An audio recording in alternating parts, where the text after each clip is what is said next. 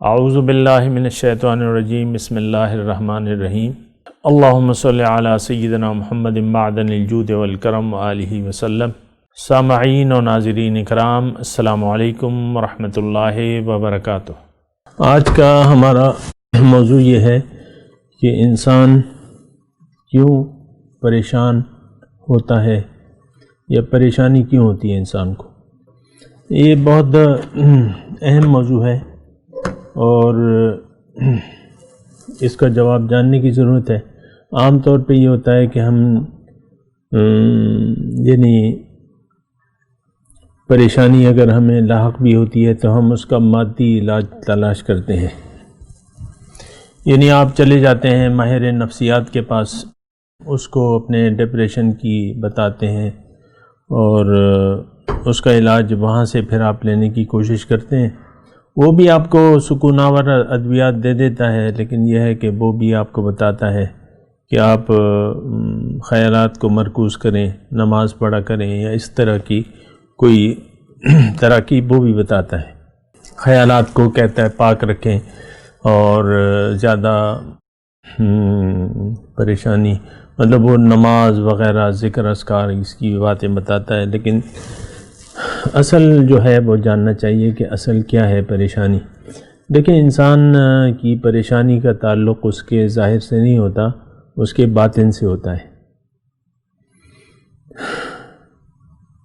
یعنی ہو بھی سکتا ہے کہ آپ کی انگلی دب گئی ہے، اس سے خون بہہ رہا ہے، لیکن آپ پریشان نہ ہو، خوش ہو، یہ بھی ہو سکتا ہے۔ یا مثال کے طور پہ آپ کو کوئی اور جسمانی تکلیف لاحق ہو، لیکن پریشانی کا تو اس سے کوئی تعلق نہیں ہے۔ ہو سکتا ہے آپ کو وہ تکلیف بھی ہو، ظاہری یعنی تکلیف ہو جسمانی، لیکن آپ کا دل مطمئن ہو اس پہ، ایسا بھی ہو سکتا ہے۔ لیکن ایسا بھی ہوتا ہے کہ کوئی آپ کو ایسا جسمانی عارضہ لاحق نہیں ہے، مطلب آپ بھوک پیاس یا جسمانی کوئی تکلیف، لیکن آپ کا ذہن پریشان ہے، آپ کا دل پریشان ہے، ایسا ہو سکتا ہے۔ اور ایسا بھی ہوتا ہے، بہت دفعہ ایسا ہوتا ہے کہ کوئی ظاہری اسباب نہیں ہوتے پریشانی کے، لیکن انسان ایک پریشانی کا شکار ہوتا ہے۔ میں اس کی تفصیل میں نہیں جاؤں گا، مختلف قسم کی لوگوں کو مختلف قسم کی پریشانیاں لاحق ہوتی ہیں، لیکن اس کی ہم اصل تلاش کرتے ہیں۔ انسان کی دیکھیں، انسان کے دو حصے ہیں، ہم جو ہیں نا اس کے دو حصے ہیں، ایک ظاہر ہے ہمارا، ایک باطن ہے۔ ظاہر جو جسم ہے وہ الگ چیز ہے، باطن جو روح ہے وہ الگ چیز ہے۔ اس وقت ایک ہماری روح جو ہے ایک خاص مقصد کے لیے اس جسم میں موجود ہے، یعنی اللہ تعالیٰ نے ہمیں ایک خاص مقصد کے لیے پیدا کیا ہے۔ اور ساتھ یہ بات بھی نوٹ کر لیں کہ جس طرح کہ ہمارا جسم ہے اس طرح کہ ہماری روح بھی ہے۔ جس طرح ہمارے جسم کی آنکھیں ہیں، روح کی بھی آنکھیں ہیں، روح بھی سنتی ہے، دیکھتی ہے، طاقت پرواز رکھتی ہے، طاقت یعنی پرواز کی طاقت، چلنے کی طاقت رکھتی ہے، یعنی جسم میں جو ہماری روح ہے۔ یعنی جیسا کہ روح کی اب شکل کیا ہے، لیکن اس وقت روح کی اپنی تو کوئی ایسی خاص شکل نہیں ہے، کیونکہ وہ تو امر ربی ہے، لیکن جب جسم میں آ جاتی ہے تو اس کی شکل وہی ہوتی ہے جو کہ ظاہری جسم میں۔ مثال کے طور پہ آپ ٹیڑھی بوتل میں پانی ڈالیں تو وہ ٹیڑھا ہی نظر آئے گا پانی، یا جس شکل کی بوتل ہو تو وہی نظر آئے گی۔ تو ایک بات جو ہے وہ یہ ہے کہ انسان کے دو اجزاء ہیں، ایک ظاہر اور اس کے باطن۔ اب دیکھنا یہ ہوگا کہ یہ انسان کا خالق کون ہے اور اس نے انسان کو کیوں پیدا کیا ہے۔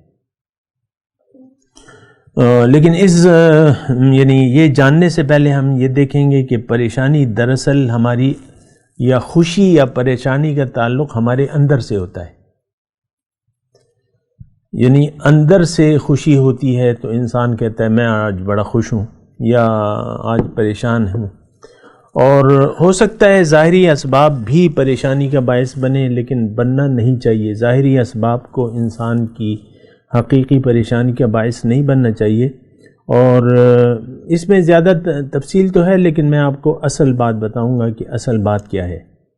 دیکھیں، انسان کی بھٹکا ہوا انسان جو ہے وہ پریشان رہتا ہے۔ ایک مختصر اگر میں بات بتاؤں، جو بھی مسافر اپنے راستے سے بھٹک جائے اس کو اپنا راستہ معلوم نہ ہو، نہ منزل کا پتہ ہو، نہ راستے کا پتہ ہو، تو اس کی حالت دیدنی ہوتی ہے، دیکھنے کے قابل ہوتی ہے۔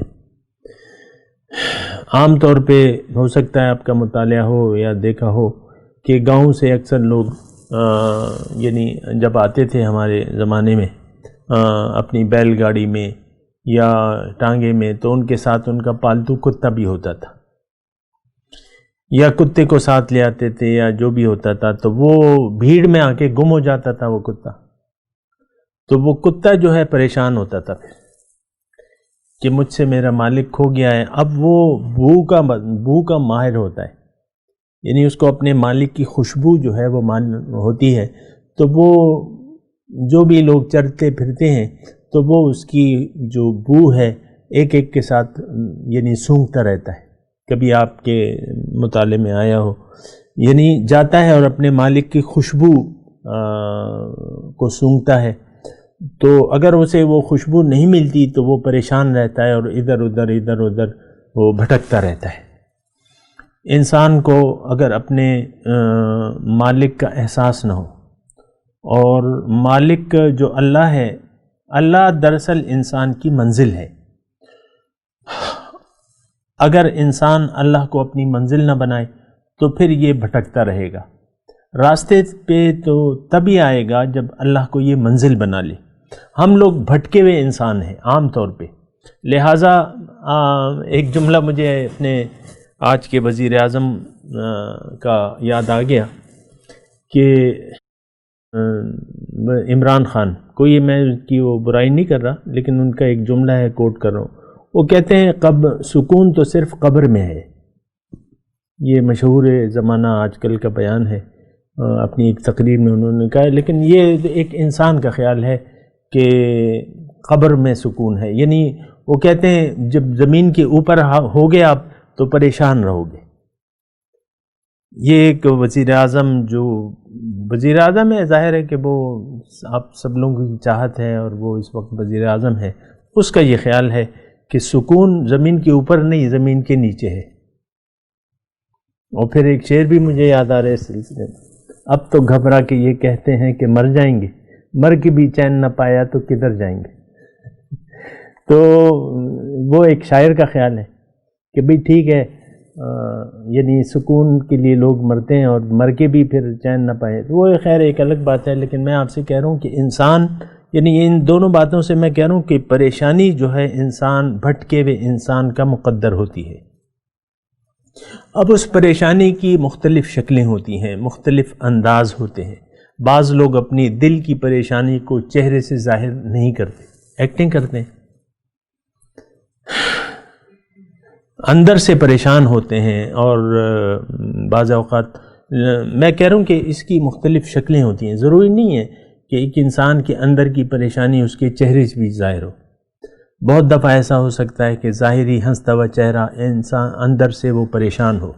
یہ جو کرتے ہیں نا، جو فنی کلپس بناتے ہیں یا لوگوں کو ہنسانے کا پیشہ اختیار کیے ہوئے، اکثر میں نے ان کا یہ پڑھا ہے کہ ہم تو لوگوں کو ہنساتے ہیں لیکن کسی کو نہیں معلوم کہ ہم اندر سے کتنے پریشان ہیں۔ کبھی شاید آپ نے پڑھا ہو یا نہ پڑھا ہو، لیکن وہ جب بھی آپ دیکھیں گے کہ وہ لوگوں کو ہنساتے ہیں، خود بھی ہنستے ہیں، لیکن اندر سے وہ پریشان ہوتے ہیں۔ تو میں آپ سے یہ کہہ رہا ہوں کہ پریشانی دراصل اندر کی ہوتی ہے، سکون اور خوشی یہ بھی اندر کی ہوتی ہے، اور پریشانی بھی اندر سے آتی ہے انسان کو۔ تو بہرحال آج کی نشست کا خلاصہ یہ ہے کہ جو انسان بھٹک جائے اپنی منزل سے اور تو وہ پریشان رہتا ہے۔ اس کے بارے میں انشاءاللہ بات کریں گے اگلی نشست میں۔ وآخر دعوانا ان الحمد للہ رب العالمین۔ مولاي صل وسلم دائما ابدا على حبيبك خير الخلق كلهم